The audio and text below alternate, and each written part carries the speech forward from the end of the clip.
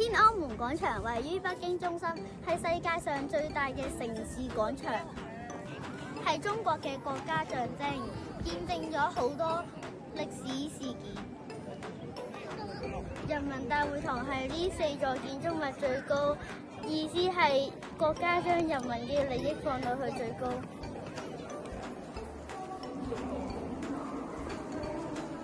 我哋而家喺人民大會堂。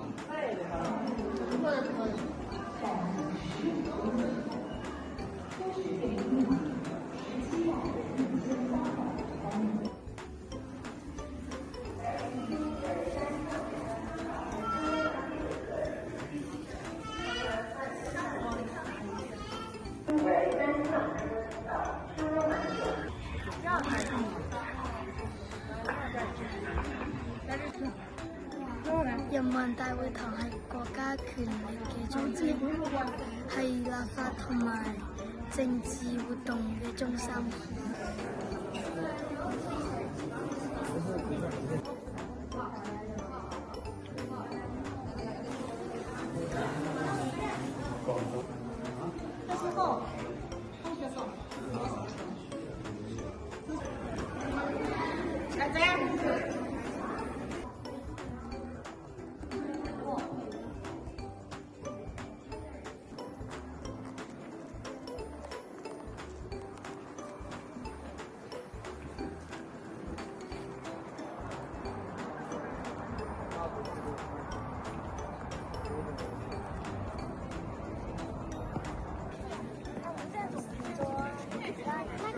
真的很喜歡，對不對？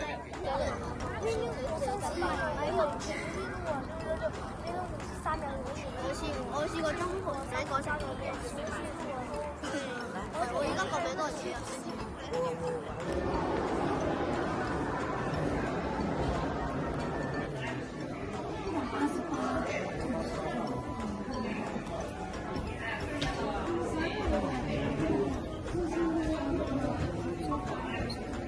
咱们过不完，咱们只要看什么呢？看咱们的鳥巢和水之光了。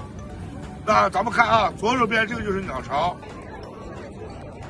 呢個係鳥巢，佢嘅全稱係國家體育場，位於北京奧林匹克公園中心區嘅南部，可以容納10萬名觀眾。佢嘅外形好似個雀巢，所以大家都叫佢鳥巢。